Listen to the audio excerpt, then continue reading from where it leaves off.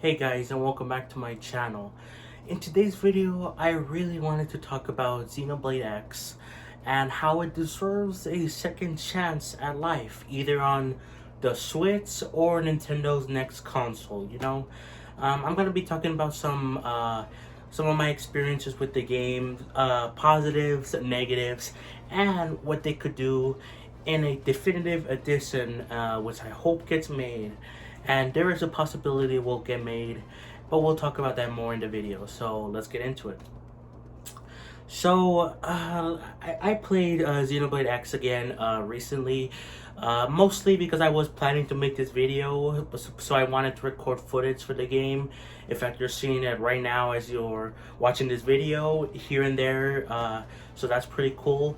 But that was the main reason why I wanted to play X again, but honestly, going back to it, it's actually pretty fun, X. Like, was there still issues with the game? Sure. But let's talk about the positives with the game. It looks amazing. It looks breathtaking. It's like one of the best looking games on a Nintendo console I've ever seen. Like ever. And it's on the Wii U. Like, I can't believe how great the game looks.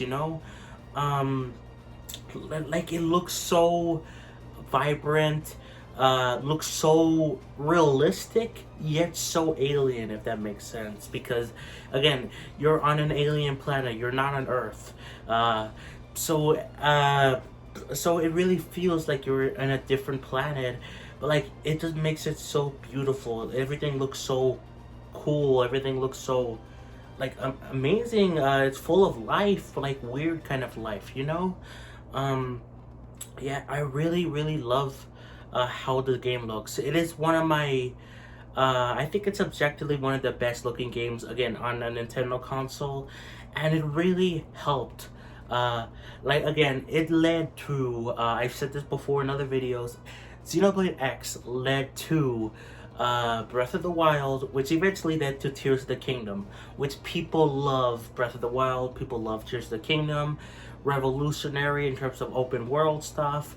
Tears of the Kingdom expanded upon it. And you can't have done it without Xenoblade X, because the team, Monolith Soft, which I have done a dedicated video on why they are so amazing, they worked on Xenoblade X, which eventually led them to Breath of the Wild, Tears of the Kingdom. So yeah, the game is like a technical marvel. I love how it looks.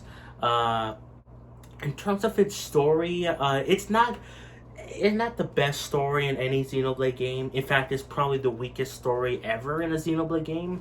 But that doesn't mean it's bad. By no means it doesn't mean it's bad. It just means it's kind of not as much as other Xenoblade games. But I actually enjoyed the story overall. What are some issues in terms of plot related stuff? Like, I think so. Specifically when it comes to Tatsu, there's a whole joke about him being food and stuff like that. They joke about it every chapter, and the first like 2 times it's fine, but then like every single chapter afterwards is just so really. But honestly, I never really had that big of an issue with it. It's only at the beginning of chapters. It's not really throughout the whole chapter or anything. So it's annoying for sure, but I don't find it as annoying as maybe other people do. Some people really hate the Tatsu jokes.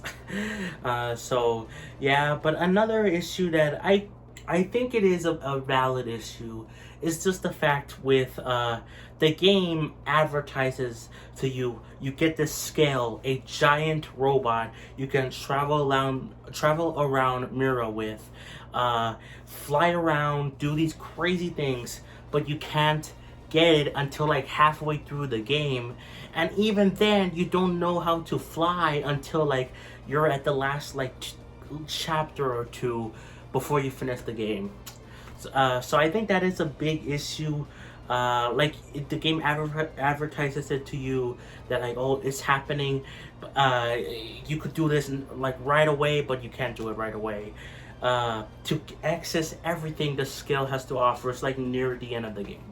But when you do get the scale, it's amazing. And this is where I'm going to be talking about some of the positives before rounding out with some negatives again. But the scale when you get it, it's amazing. Like I said, you don't get the flying ability right away as soon as you get a scale, but that's still fine because you could jump really high. You can transport way faster, turn into like a cover car. Uh, that's really cool, and you could just fight off bigger, stronger enemies. Before, which would take you either, it would be hard to do before or basically impossible. And I love that a scale made you feel more powerful even before you got the flying ability. Like I said, you could jump high.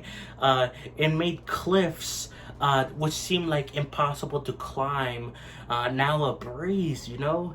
Of course, there was still a limit until you got the flying module, which when I first got the fly module, man, that was amazing because like you could see the whole world beneath you and you could go anywhere. I believe this is the same.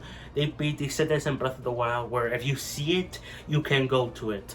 But this was first created. That tagline was first created for Xenoblade X, because if you see it, you can go to that place. Not right away.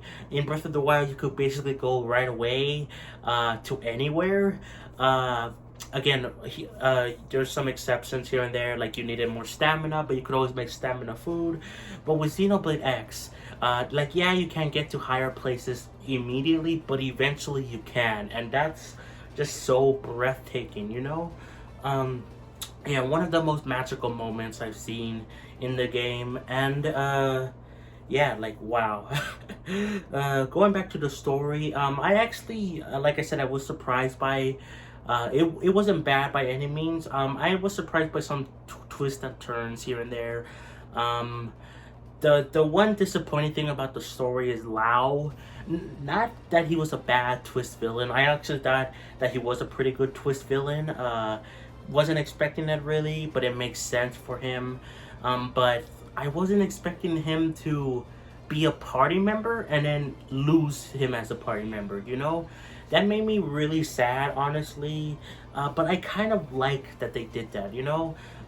It shows that there's consequences, that you don't keep the same party members forever. And so it was kind of cool to see him be a party member but then taken away. But it is kind of sad because in the post game, like where I was playing on the stream, I'm playing with Gwen or whatever his name is. So yeah, which Gwen is from, he's from a affinity quest, whatever. You have other characters, there's like so many other characters you could be party members with. That's actually one of the cool things about X. I didn't really dabble with it that much. I stayed mostly focused on the story, with doing some side stuff here and there. But from what I did of the affinity quest thing, they were pretty cool. They gave that depth. They gave depth to the characters. Like again, Gwen, who I kind of forgot about, but they gave depth to him, who was just like in the main story. He barely is there. He's like there with his two other teammates, or at least one other teammate.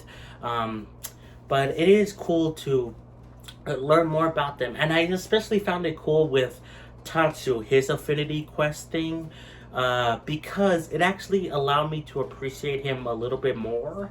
I was fine with Tatsu. I thought he was meh, okay, not the best Nopon, in fact probably the worst one. But actually with the affinity quest, it made me appreciate him a lot more, actually, because it's about his he loses, I forgot what he lost, his like glasses, or he lost a family item from his dad, I believe, and he was trying to find it really badly because he felt bad.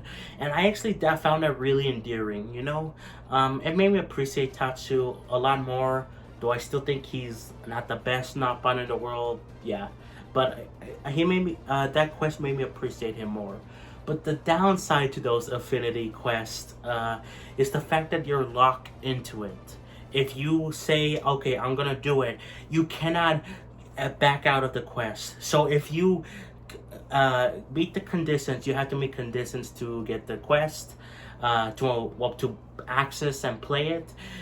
If you like if you're at a low level in that quest, you're basically screwed. Like you have to grind out other monsters, and but you cannot change quest at all. That's really annoying, and that's one of the big problems that would have to be, and I would think would be fixed in the definitive edition. Just the fact that you're locked into quests. What game does that? Xenoblade X. Why?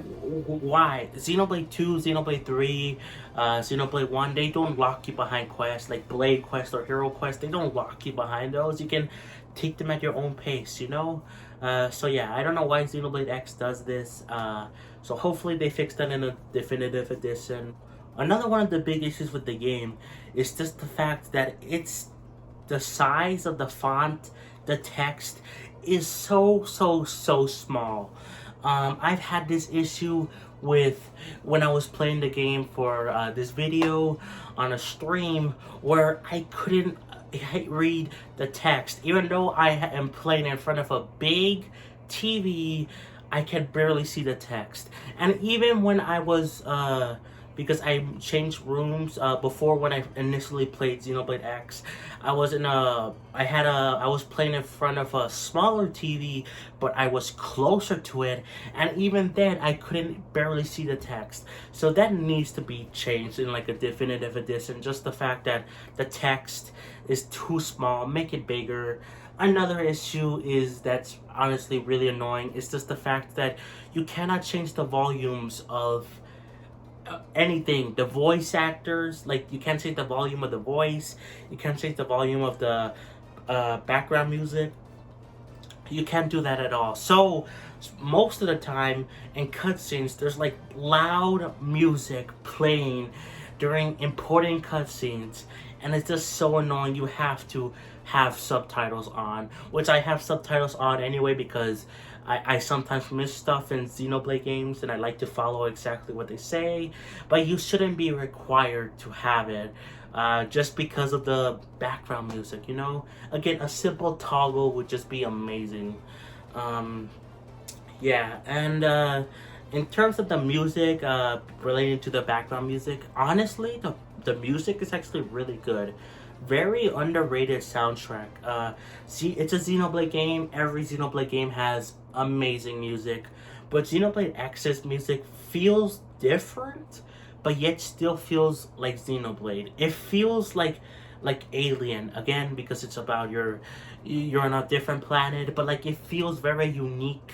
Lots of the tracks are amazing. I especially love the area themes, the flying scale theme, that like uncontrollable, like those are amazing themes. The one issue I have with the music is just the fact that sometimes there's some weird music, like with NLA, like that music is like, oh, yeah, oh, like it just they're doing that. But it's kind of funny, so nah. But most of the music overall is great. Again, it's a Xenoblade game. It's fantastic as always. But there's something different about X that I do appreciate for the most part. Again, there's some weird music here and there with NLA, like, oh, yeah. Oh, well, I don't know. So, yeah. But the point being for this video is just the fact that I want this game to have a second chance again because it really deserves it. Does it, like, is everything about it amazing? Heck no. There's issues that I mentioned, like, again, there's no sound toggle for the voices or background music. Text is too small. You get locked into affinity stuff. But there's so much to love about the game. The music, the atmosphere, the open world. It's massive. It looks gorgeous. Imagine how good this will look on the Switch or Nintendo's next console. Like, just imagine. It would be so breathtaking. Like, it's just a shame that this game is not on, like, the Switch or, like, it's just stuck on the Wii U, basically. It's just such a shame. It deserves better, and I hope to God this game gets a definitive edition, because with a definitive edition, they could fix those small issues and even add like a thing like Xenoblade 1, they add like a epilogue, because the game ends with basically a cliffhanger, which is so sad, because it just leaves you wondering like wait, what? How is Lao back to life? Like, what is going on in Mira? Why are people coming back? Like, why are you stuck on this planet? And it's just so cool, but we never got a sequel to it. So hopefully, maybe one day we get a sequel, remaster, with an epilogue. Again, I just want this game to have a second chance, and it is a possibility we will see it again. Xenoblade 3 Future Redeems ending hinted at either the future of Xenoblade being Xenoblade X or Xenosaga. Hopefully it's both. I wouldn't mind both, you know. But either way, no matter what the future for Xenoblade, I just want this game to have a second chance. It deserves it. It deserves to be remembered. It deserves to be fixed, because it's great the way it is, but it could be amazing. A masterpiece even, if they just fix those issues with the game. So anyways, guys, that's gonna be it for the video. I hope you enjoyed this discussion, and yeah, that's pretty much it for the video. Hope you enjoyed, and I'll catch you guys next time for more. Peace.